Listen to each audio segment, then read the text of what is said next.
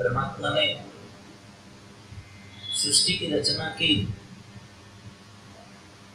और इस संपूर्ण रचना के अंतर्गत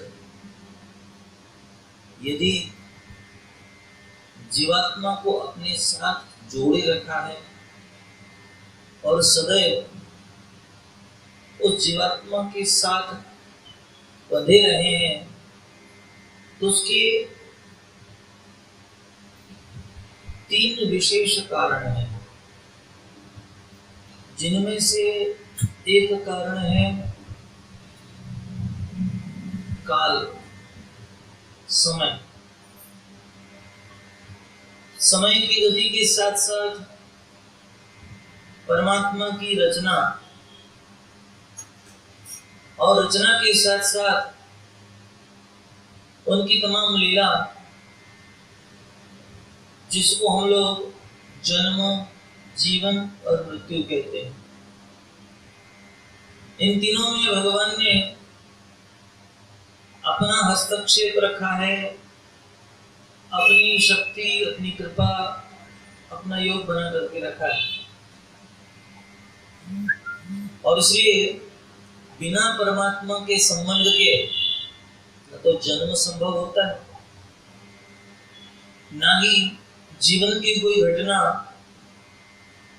और ना ही मृत्यु घटित होता है। और इस तमाम चक्र के चलते हुए आदि से लेकर अंत तक और अनादि काल से लेकर अनंत काल तक परमात्मा स्वयं जीवात्मा के साथ रहते हुए वो संबंध बनाए हुए रखते हैं। दूसरा एक कारण बना है कि परमात्मा जीवात्मा के साथ रहते हैं और वह कर्म और कर्म फल प्रदाता के रूप में।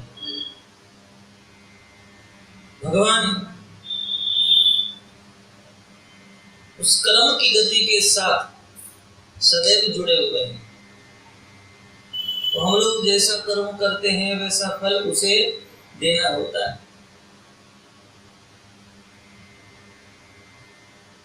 हम क्या करें, कैसे करें, क्यों करें, ये हम कदाचित निर्धार कर ले, किंतु कर्म करें इसके लिए हमें उसने बाध्य कर दिया। और इसलिए अकर्मण्य कोई नहीं रह पाता इस संसार में। छोटे से छोटा जीव हो, कीट हो, माकड़ हो, चाचड़ हो, कोई पशु हो, कोई पंछी हो, कोई मनुष्य हो, कोई देवता हो, इन सब के साथ कर्म का बंधन जुड़ा हुआ। तो अकर्मण्य हम लोग हो नहीं सकते। कोई आलसी व्यक्ति है, ओके, मैं कुछ नहीं करता,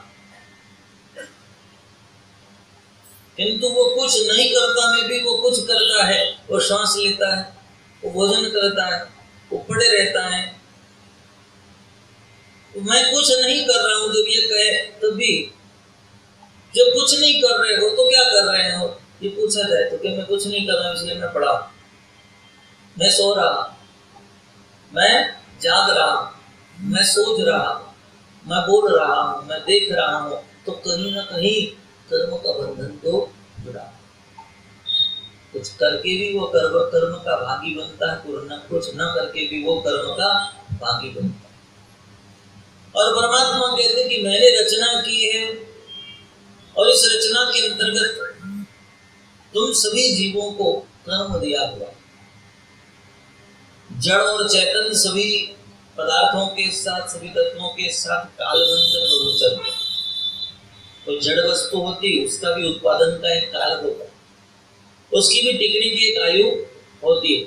कोई निर्जीव वस्तु वो भी एक समय तक रहती है और एक समय के बाद वो निर्जीव वस्तु भी नष्ट हो जाती है। सजीव हो वह भी रहती है और नष्ट हो। तो सजीव, निर्जीव, जड़ और चेतन सबके काल बंधन के प्रभु साथ में है। जितने भी चेतनवंत जो जीव हैं उन सबके सब कर्मों का बंधन भी प्रभु ने जोड़ा दिया। अब ये तो अनायास है, लेकिन एक तीसरा कारण ऐसा है जिसके द्वारा हम सभी अपने परमात्मा के साथ जुड़े हुए हैं, और वो कारण है सुमिरन। सुमिरन का तार सदैव जुड़ा हुआ है। स्मरण हम लोग करते हैं, और इस स्मरण का तार कैसा है? वो कर्म की भांति ही जुड़ा हुआ है कि जितना हम सुमिरन करते हैं उसका उतना वो सुमिरन करता है हमारा। किंतु हमारे और उसके सुमिरन में एक अंतर है, और शाश्वत अंतर है कि हम कदाचित सुमिरन करते हैं और विस्मरण भी करते हैं। कभी उसे याद करते, कभी उसे भूल जाते हैं कि वो हमारा अपना है, जो है संसार में सबका परमात्मा। किंतु सब उसे अपना मान करके याद नहीं करते, किंतु वो परमात्मा है जो सबका सदा सुमिरन रखता है। वो सभी को याद करता है। वो किसी के नाम जो अपने खाते में से निकाल नहीं देता कि भला जी मुझे याद नहीं करता। ठीक है, नहीं याद करता तो लिख देता है कि नहीं याद करता, याद करता है तो लिख देता है कि याद करता है। किंतु यहाँ याद शब्द जुड़ा, सुमिरन शब्द जुड़ा हुआ है, वो हमारा सुमिरन निरंतर करता है। बस फर्क इतना है कि या तो परमात्मा हमारे कर्म फल प्रदाता बनकर के हमें याद रखें, याद करें। तो राजा के दरबार में किसी का पुकारा हो, वो पुकारे में दो कारण हो सकते हैं। या तो राजा को किसी का काम पड़ जाए तो बुलावा भेजे के जाओ, फलाने को बुला करके ले आओ। दूसरा है कि किसी के अच्छे कर्म, कोई अच्छी बात, उसका कोई अच्छा गुण, कोई अच्छे कर्तव्य राजा के कान पर पहुंच जाए, इसने बहुत अच्छा काम किया है, तो उसको पुरस्कृत करने के लिए राजा बुलाता कि जाओ फलाने को बुला करके ले आओ। तीसरा एक कारण यह हो सकता है कि किसी के अपराध राजा के कान तक पहुंच जाए कि फलाने ने ऐसा ऐसा अपराध किया, राजा के तक पकड़ कर जाओ।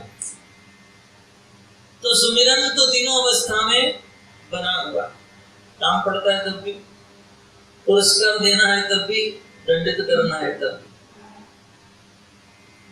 और ऐसा ना भी हो तब भी अपनी प्रजा होने के नाते राजा तो हर किसी को याद रखता है। कोई कहे राजा जी मैं आपकी प्रजा में हूं, तो कहता है हाँ मुझे याद है। भगवान अपने भक्त को, राजा अपनी प्रजा को कैसे भूले। गुरु नानक देव जी अपनी कीर्तन पंक्ति में बड़ी सुंदर बात लिखते हैं, सुमिरन कर ले मेरे मना, तेरी बीती उम्र हरि नाम बिना। देखिए, जब सत्संग में कोई गुरुजन, कोई संत भगवान के सुमिरन को करने के लिए हमें प्रेरित कर रहा है, वो ज्ञान उपदेश का रूप लेता है। किंतु जब ज्ञान उपदेश श्रवण करने के बाद हम स्वयं अपने मन को यह बात बोले, गुरु नानक देव जी ने कहा सुमिरन कर ले मेरे मना। ये नहीं कहा सुमिरन कर ले प्रियजना, लोगों को उन्होंने नहीं कहा, उन्होंने अपने मन को, हर कोई अपने अपने मन को ये बात समझावे। और जब मन को समझाने की बात आती है और मन समझ जाता है इस सत्य को, तो उसे कहते हैं बोध ग्रहण करना। किसी वस्तु की वास्तविकता का ज्ञान होना एक बात है, उस ज्ञान को समझ पाना दूसरी बात है। किंतु उस समझे हुए ज्ञान को अपने अंतःकरण में धारण कर लेना और धारण करके उस कल्याणकारी साधन के पथ पर आगे बढ़ना और सत्य को स्वीकार करके अपने आप को सत्य रूप में परिवर्तित कर देना, उस सत्य में स्थिर हो जाना, सत्य रूप हो जाना, यह बोध ग्रहण करना है। भगवान बुद्ध प्रारंभ में बाल्यकाल में सिद्धार्थ राजकुमार के रूप में महल में रहा करते थे। राजा ने चार दीवारी में बंद रखा अपने राजकुमार को। राजा ने कहा कि मेरे कुमार को कोई दुखी या दरिद्र व्यक्ति न दिखे कभी। सिपाहियों को आदेश दिया कि खबरदार, जो कोई दुखी या दरिद्र व्यक्ति मेरे राजकुमार को दिखाई दे। दूसरा कहा कि कोई रोगी ना दिखाई दे। तीसरी बात कही कि कोई वृद्ध दिखाई न दे, मेरे राजकुमार को कोई बूढ़ा व्यक्ति न दिखाई दे। और चौथा कहा कि कोई मृत व्यक्ति कभी न दिखाई दे। और राजकुमार को चार दीवारी में आमोद प्रमोद में खान पान खेल कूद मौज मस्ती आनंद लगा करके उनके आसपास ढेरों सुख साधन बना करके रखे। किसी सन्यासी ने सिद्धार्थ के पिता को ये बात कही थी कि तेरा जो पुत्र है, यदि मृत्यु को, रोग को, दरिद्रता को, वृद्धावस्था को, जरावस्था को देखेगा तो वैराग्य को प्राप्त होगा। और इसलिए यदि तू चाहता है कि तेरा उत्तराधिकारी तेरे राज्यकाज को संभाले तो तू इन चार वस्तुओं से उसे दूर रखा। एक दिन की घटना हुई, वे चलने लगे रथ पर बैठ करके। अचानक एक दरिद्र व्यक्ति फटे हुए कपड़े, बेहाल अवस्था में भिक्षा मांगते हुए नजर आया। सिद्धार्थ ने सारथी से पूछा, सारथी ये कौन है? महाराज कुछ नहीं, चलिए आगे बढ़ते हैं। बालक ने हट पकड़ लिया कि नहीं, आपको कहना ही होगा सत्य क्या है। आग्रह किया और कहा कि ये तो दरिद्र है, इसकी ऐसी दशा कैसे हो गई? मैंने तो अब तक ऐसा कोई व्यक्ति देखा नहीं, इस संसार में ऐसा कोई प्राणी देखा नहीं। अनायास ही राजकुमार का हट था और सारथी ने कह दिया ये दरिद्र इसलिए हुआ है क्योंकि इसने अपने पूर्व काल में, अपने इस जीवन में, पूर्व जन्मों में कुकर्म किए, पाप कर्म किए हैं और उसके दुष्कर्म का परिणाम आज वो इस दरिद्रता के साथ भोग रहा है। कर्म के द्वारा, आचरण के द्वारा हीन व्यक्ति दरिद्रता को भोग रहा है। इस बात का आज जीवन में प्रथम बार ज्ञान होगा और उस ज्ञान के साथ इस जानकारी को जैसे ही पाया, भीतर से जो है विवेक जागा कि ऐसा कौन सा कर्म होता होगा कि जिसके कारण मनुष्य दरिद्र होता है। तो कर्म मीमांसा की इच्छा जागी और यहाँ से आध्यात्मिक ज्ञान की ओर दिशा बदली। दूसरा विषय आया और वह विषय था कि चलते चलते मार्ग में एक रोगी व्यक्ति दिखाई दिया, हंस रहा है, सर चकरा रहा है, ठीक से चल नहीं पाता, ठीक से बैठ नहीं पाता और बड़ी विकल अवस्था में था। ये कौन है? कुमार जाने भी दीजिए, क्या पूछ रहे हैं बेकार की बातों में, क्यों उलझते? चलिए हमें महाराज बुला। कहा कि तुम मुझे इसका उत्तर दो, आग्रह करने लगे। और ऐसे समय पर कहा कि महाराज ये तो रोगी है, इसके शरीर में रोग प्रेरित हुआ है और इसलिए उसकी ये दुर्दशा हुई। पूछा रोग का कारण क्या? तो कहे इसने जो भोग भोगे वो इसके रोग का कारण बन गए हुए। तो मनुष्य शरीर में सामर्थ्य से अधिक, योग्यता से अधिक, पाचन शक्ति से अधिक, पात्रता से अधिक अपने इंद्रियों में रोग को भोगता है और रोग को निमंत्रित करता है, उसकी ऐसी दशा हो जाती है। विचार हुआ क्यों? भगवान की कृपा से मैं तो स्वस्थ हूं, लेकिन यदि मैं भोग में पड़ गया तो मैं रोगी हो जाऊं। ऐसे कौन कौन से भोग होंगी संसार की जिसके कारण रोग प्रेरित होते हैं। फिर जिज्ञासा आगे हो, ये तत्व जिज्ञासा बढ़ने लगी और चलते चलते जो है अचानक एक वृद्ध पुरुष को देखा।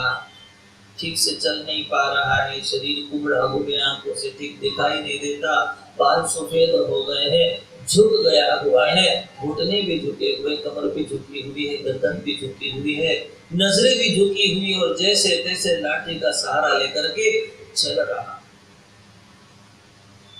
तो कहा कि ये कौन है? उसने कहा कि ये जरा अवस्था से पीड़ित है, ये वृद्ध व्यक्ति है। तो मैंने तो ये कोई अवस्था देखी, वो है बाल्यावस्था, लेकिन तुम तो ये कोई दूसरी अवस्था की बात कर रहे हो। तब कहा कि ना महाराज, ये एक अवस्था नहीं होती है, बालक फिर युवान होता है, युवान फिर प्रौढ़ होता है और प्रौढ़ फिर जो है वृद्ध हो जाता है। जब प्रौढ़ वृद्ध हो जाता है तो क्या ऐसी दशा होती है? हर किसी को वृद्ध होना पड़ता है। तो कहा कि यह काल का क्रम है, प्रकृति का नियम है कि जो बालक है वो किसी न किसी दिन वृद्ध होता है और जो वृद्ध होता है वो विकल हो जाता है, असमर्थ हो जाता है, हर प्रकार से उसकी शक्ति क्षीण हो जाती है। सूर्य जैसे उदय होता है वह निश्चित ही अस्ताचल की ओर जाता है। अब सिपाही ने यहाँ तक कहा, सारथी ने यहाँ तक का, इससे आगे की बात नहीं कही कि इसके आगे की एक अवस्था और भी होती है। लेकिन जैसे ही आगे बढ़े अचानक जो है एक शव यात्रा वहां से पसार हो रही थी और उन्होंने कहा कि ये सारे लोग ऐसे किसी को उठाकर के क्यों ले जा रहे हैं? तब उन्होंने कहा कि ये एक अटल सत्य है। अब तक के जितने बातें मैंने आपको कही वह भी अटल सत्य थे, किंतु ये अंतिम अटल सत्य है, ये शाश्वत सत्य है, जातस्य ही ध्रुवा मृत्यु, कि जिसका जन्म हुआ है एक दिन उसकी मृत्यु अवश्य होती है। शरीर शाश्वत नहीं है और इसीलिए अवस्थाएं बदलती हैं। वृद्धावस्था किंतु महाराज क्षमा करे, वृद्धावस्था के बाद ये एक अवस्था होती है, मरणावस्था होती है, हर किसी की मृत्यु अवश्य होती है। क्या आपकी भी मृत्यु होगी? तब सारथी ने कहा कि हाँ मेरी भी होगी। और क्या मेरी भी मृत्यु होगी? तो कहा हाँ कुमार, एक दिन आपकी भी होगी, आपके तात की भी होगी, सबकी। और जब मृत्यु हो जाती है तब क्या होता है? तो कहे कि जो भी चेतना है वो चली जाती है और सब कुछ अचल सा हो जाता है, फिर सब कुछ असमर्थ सा लगने लगता है। तो कर्म का अधिकार छिन जाता है और गति सारी जो है वो रुक जाती है, सब कुछ ठहर जाता है। मृत्यु होने के बाद इन सारे सत्यों को जब उन्होंने देखा, मन में जब इन सारी बातों का जो है ज्ञान हुआ, जिज्ञासा थी और जिज्ञासा ने ज्ञान में परिणत होकर के एक जो है अंतर विवेक को जगाया कि मैं इन सब चीजों का कारण जानना चाहता हूँ। और वे आकर के एक दिन अर्धरात्रि के समय अपनी पत्नी और बच्चे को मुलाकात करके उन पर अपना हाथ फेरते सहज रूप से अपने दरबार को, सारे वैभव को छोड़ करके निकल पड़ते हैं। वट वृक्ष के नीचे जाकर के गया के क्षेत्र में और वे ध्यान करने बैठे। और ध्यान करने का अर्थ क्या था? वो इन्हीं बातों का लगातार चिंतन कर रहे थे और इनके कारण को खोजने का प्रयास कर। और यही खोज को करते करते एक दिन उन्हें इस बात का एहसास हुआ और वे अपने ही अंतःकरण में चिंतन करते करते, सत्य का सुमिरन करते करते, स्वयं को उपदेश देते हुए कि मुझे इन सत्यों से परे जाना है, मुझे इस वास्तविकता को जानना है, उन्होंने अपने अंतरात्मा को बोल दिया। और वह बोध जब पूर्ण रूप धारण कर लिया तो फिर वो बुद्ध बन गए। बुद्धि तो भगवान ने हर किसी को बुद्धि बुरी है, लेकिन बुद्धि सोचती है, बुद्धि समझती है, लेकिन सोचने और समझने वाली ये बुद्धि जब विवेक को धारण करती है, तत्व में जिज्ञासा धारण करती है और तत्व ज्ञान को ग्रहण करके उसका चिंतन कर आत्मबोध ग्रहण करती कि वो स्वयं को उपदेश दे। जगत को तो हमने बहुत समझा, लेकिन हम अपने इस मन को समझाने में असमर्थ हो जाते हैं। मैं कह तो दूं किसी को कि लड्डू मत खाइयो, लेकिन लड्डू देख करके अपने मन को रोकने की क्षमता तो चाहिए कि लड्डू देख करके मेरे मुख में लाड़ न टपके और उस लड्डू को खाने की इच्छा न हो। तो यह बोध धारण करना हो। कहीं न कहीं जगत यह नाशवंत है, जगदीश यह शाश्वत है। शाश्वत और नाशवत के इस भेद को समझ करके अपने आत्मा को यह बोध देना हो। आत्मा के अंतर्गत यह सारा ही ज्ञान अनंत काल से पड़ा हुआ है, लेकिन वास्तव में यह तुम्हारा ज्ञान है, ये वास्तव में ये तुम्हारा ही स्वरूप है, वास्तव में तुम्हें यह सत्य रूप हो, वास्तव में तुम्हें यह परमात्मा का अंश हो, परमात्मा के ही स्वरूप में तुम्हें विलीन होना है। यह सत्य आत्मबोध जो है स्वयं को देना है। और इस बोध के साथ साथ जो कि प्रथम 3 बातें कही कि काल के साथ हम लोग जुड़े हुए हैं परमात्मा के संबंध से, कर्म के साथ जुड़े हुए हैं और सुमिरन के साथ जुड़े हुए हैं। लेकिन 2 बातें ऐसी हैं, काल और कर्म, जिसमें हमारी अधीनता है। काल के हम सब लोग अधीन हैं, चाहकर भी समय की गति को नहीं रोक सकते और ना चाहकर भी कर्म के परिणाम को हम लोग नहीं रोक सकते। लेकिन एक बात है जो हमारे बस में है, वो तीसरी बात है और वो है सुमिरन। यदि आप चाहो तो सुमिरन कर सकते, किसी भी काल में सुमिरन कर सकते, किसी भी कर्म योग के साथ सुमिरन आप कर सकते, किंतु इसके लिए भगवान के सुमिरन का, सत्य के सुमिरन का, ज्ञान के सुमिरन का महिमा हमें समझना है। नानक देव जी ने यही सत्य समझाने का प्रयास किया। पंछी पंख बिना, एक पंछी है, लेकिन पंछी कब कहा जाता है? जब वो पंख लगाकर उड़ता है तो पंख से युक्त हो उसे पंछी कहते हैं। लेकिन पंख ही नहीं है तो फिर पंछी कैसे? कहने का तात्पर्य है कि उसका जन्म आकाश में उड़ने के लिए हुआ है, किंतु यदि वह पंख धारण नहीं करता वो उड़ने के लिए असमर्थ हो जाता। ठीक उसी प्रकार हे जीवात्मा, इस संसार में यदि तुम्हें भेजा गया है तो ज्ञान और भक्ति के पंख लगाकर अनंत के आग में उड़ने के लिए और परम धाम तक तुम्हें जाने के लिए ही यहाँ पर भेजा। काल और कर्म की गति से बंधे रहने के लिए नहीं, किंतु ज्ञान और भक्ति के पंख लगाकर के अनंत के आग में उड़ने के लिए जब यहाँ भेजा हुआ है।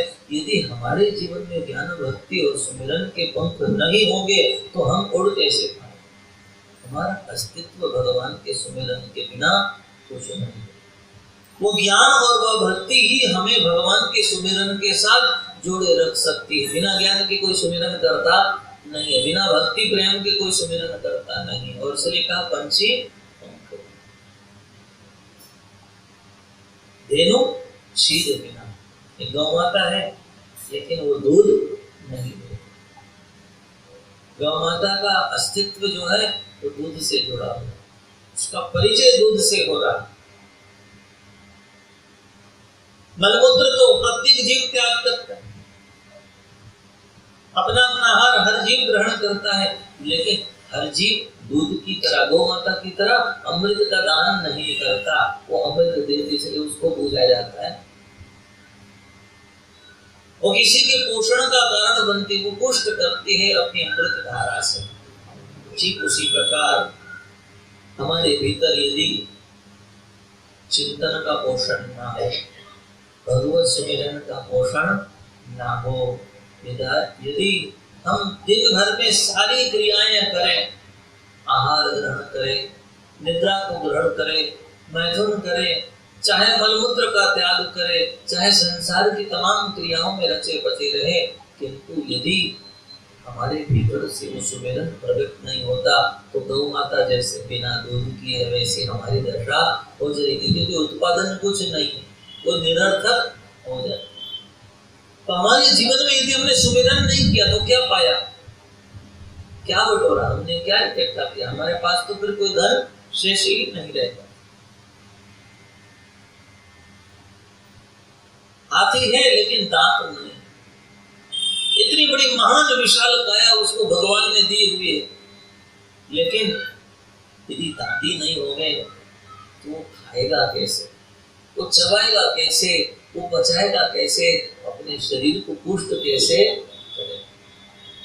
वो हाथी खाने में समर्थ है, उसके ऐसे बड़े बड़े दांत हैं, वो इतना खाने में समर्थ है, इसलिए वो हाथी बन पाया।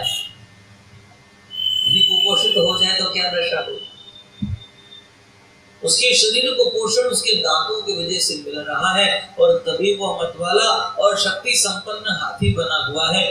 ठीक उसी प्रकार जीवात्मा के जीवन में यदि भगवान का सुमिरन नहीं है तो उसके शरीर को, उसके कर्मों को, उसके काल की गति को और उसके अस्तित्व को पोषण कहाँ से मिलेगा?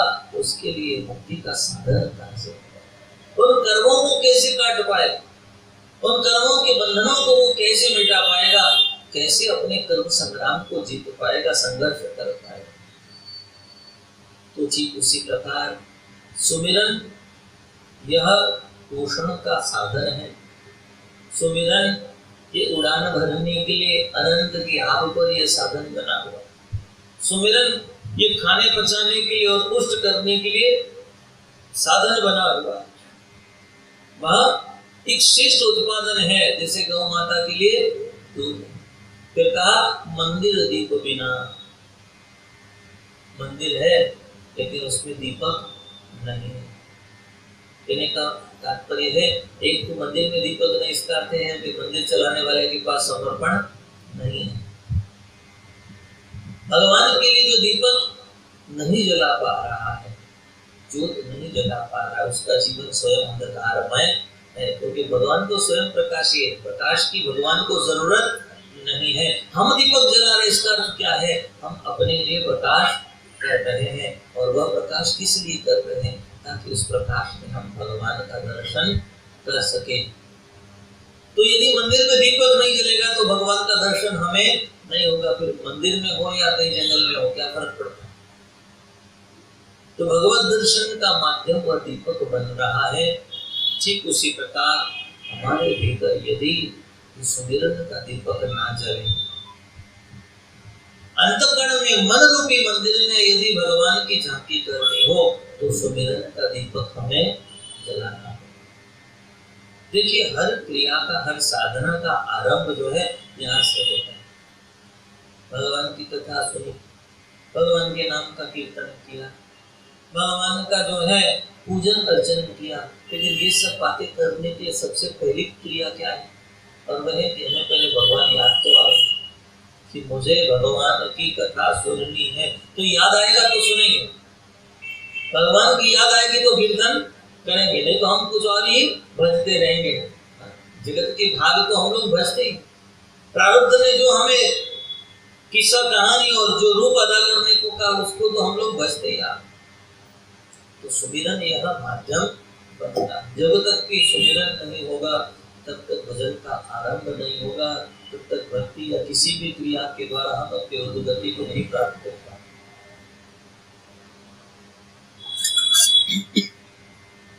और जब तक ये साधन नहीं होगा तब तक के कार्य में सिद्धि नहीं होगी, साधना में सिद्धि नहीं होगी, यानी भगवान का दर्शन नहीं होगा। तो दीपक जले बिना जैसे मंदिर में भगवान का दर्शन नहीं होता, वैसे सुमिरन रूपी मन मंदिर में दीपक नहीं जलेगा तब तक भगवान की झांकी नहीं होगी, भगवत साधना की झांकी भी नहीं होगी। फिर कहा कि पुत्र जो है पिता विहीन, एक पुत्र है लेकिन पिता के विहीन। कदाचित पिता जीवित हो लेकिन पुत्र पिता के संबंध को ही भूल जाए, तब क्या हो? वो किसका वारिस है पूछेंगे तो नाम ही नहीं लेना चाहता अपने पिता। जगत में बहुत ऐसे नास्तिक है जो कि मैं भगवान को नहीं मानता, लेकिन भाई तू भगवान को नहीं मानता तो तू आया कहां से? तू अपने पिता को नहीं मानता तो तेरे अस्तित्व पर प्रश्न चिन्ह लग जाता है। ठीक उसी प्रकार यदि जीवात्मा सुमिरन नहीं करता तो उसके अस्तित्व पर प्रश्न चिन्ह लग जाता है। और इसलिए यदि मेरी पहचान है तो मेरे प्रभु से है, आत्मा की पहचान परमात्मा से, जगत की पहचान ये जगदीश से है और असली सुमिरन के विषय आवश्यक। तो हर अवस्था में मनुष्य सुमिरन से कर्मों की गति से उभर सकता है, मनुष्य सुमिरन से काल की गति से भी उभर सकता है, मनुष्य सुमिरन के द्वारा सत्य का बोध भी धारण कर सकता है और नित्य सत्य का चिंतन करते सुमिरन करते करते उस बोध को प्राप्त करके वो सिद्ध और बुद्ध प्रबुद्ध बन करके भगवान के स्वरूप को अपने अंतःकरण में धारण करके वो भगवत स्वरूप हो सकता है, भगवान की अनंत कृपा का अधिकारी बन सकता है, इसी देह में भगवान का वो साक्षात्कार कर सकता है। और इसलिए एक सुंदर और सुगम साधन बताया है और वह है सुमिरन। प्रेम ऐसा साधन है कि जिसको करने के हमें बहुत अधिक परिश्रम नहीं करना पड़ता, बस आदत डालनी पड़ती। और ये आदत कब बढ़ती है तो कहे कि जब उसे सुमिरन का महिमा समझ जाता है कि इसके द्वारा ही मेरा अस्तित्व टिका हुआ है, मैं उसे याद करता वो मुझे याद करता, मैं जिस भाव में उसे याद करता वो उस भाव में मुझे याद करता है। तो मैं अपराधी बनूं और राजा मुझको याद करे, या मैं शरणार्थी बनूं और राजा मुझको याद करे, मैं प्रजा बनूं और राजा मुझको याद करे, या मैं अपने सत्कर्मों को करूं और राजा मुझको याद करे, या तो मैं प्रेम पूर्वक राजा को याद करूं और राजा प्रेम पूर्वक मुझे याद करे। तो सुमिरन सुमिरन में बड़ा भेद है। परमात्मा जीवात्मा को याद करता है, याद रखता है, किंतु अब हमें तय करना है कि हम प्रभु की याद में कैसे बसे। और परमात्मा हमें याद करके अपनी शरण में बुलावे, किंतु वह कब हो पाएगा तो कहते हैं जब हम अपने हृदय में भगवान की इस प्रकार से याद को बसाएंगे। तो हम जिस भाव से बजेंगे भगवान उसी भाव से हमें बजने वाले हैं। तो क्यों न हो प्रेम प्रधान होकर के आत्मबोध को धारण करते हैं, ज्ञान और भक्ति को प्रधान करते हैं, इस सत्य को समझते हुए कि हाँ मेरे जीवन में भोग प्रधान है, किंतु इन भोगों के बीच यदि मैं भगवान का सुमिरन जोड़ देता हूँ तो मेरे भोग रोग में नहीं, मेरे भोग तो योग में परिणत हो जाए। तो सुमिरन जो है वो भोग को योग में परिणत करता है, इसलिए नित्य भगवान का सुमिरन।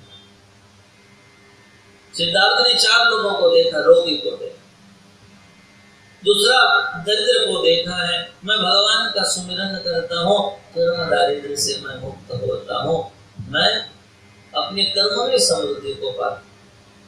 तो सुमिरन का दूसरा जो श्रेय प्राप्त होगा और वह होगा कि कर्म दारिद्र्य से जीव उभरेगा, वो भोग से उभर करके योग को प्राप्त करेगा।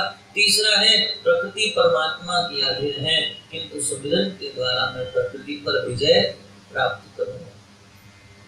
इसके अनेकों अनेक उदाहरण देखने को मिले हुए हैं।